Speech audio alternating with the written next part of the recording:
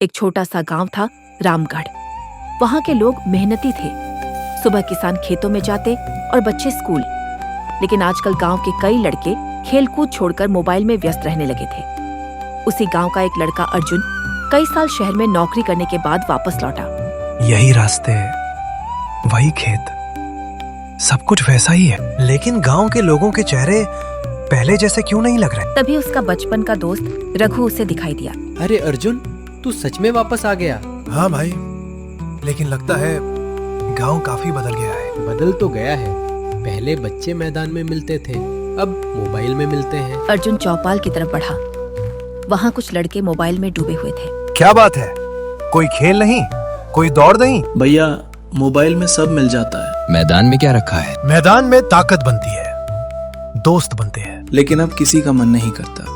ये देखकर अर्जुन को चिंता होने लगी। अगर इन बच्चों को सही दिशा मिल जाए तो ये बहुत आगे जा सकते हैं। अगले दिन उसकी नजर गांव की एक पुरानी और खाली हवेली पर पड़ी। अरे, ये हवेली अब तक बंद है। हाँ, कई सालों से कोई अंदर नहीं गया। क्यों? लोग कहते हैं वह कुछ अजीब होता है। अर्जुन कुछ देर सोचता रहा।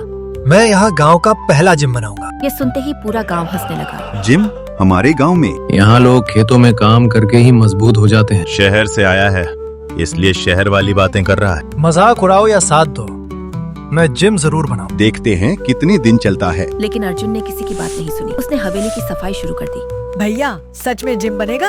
हाँ, और तुम सबसे पहले यहाँ ट्रेनिंग करोगे। मैं भी मदद करूँगा।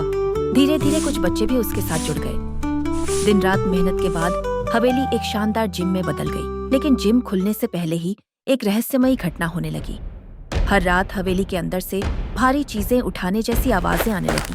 मैंने खुद सुना है। जरूर कोई आत्मा है। इस हवेली में पहले हरिया पहलवान रहता था, शायद उसकी आत्मा आज भी यहाँ है। लेकिन अर्जुन डरने वालों में से नहीं था। सच जाने बिना मैं किसी बात पर विश्वास नहीं करूंगा। एक रात वह डंडा लेकर हवेली में घुस गया। अंदर पूरी तरह सन्नाटा था। अचानक आवाज फिर सुनाई दी।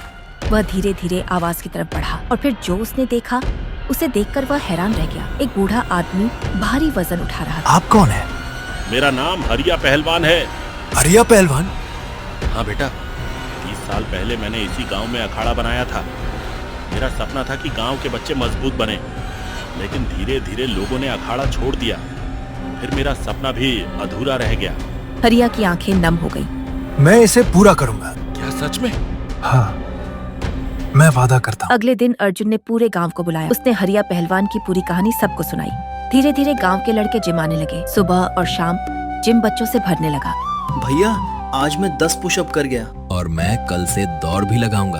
यही जज्बा चाहिए। कुछ महीनों बाद गांव के कई बच्चों ने खेल प्रतियोगिताओं में मेडल जीत लिए। पूरा रामगढ़ खुश था। दूर खड़े हरिया पहलवान भी मुस्कुरा रहे थे। उनका वर्षों पुराना सपना आखिरकार पूरा हो चुका था।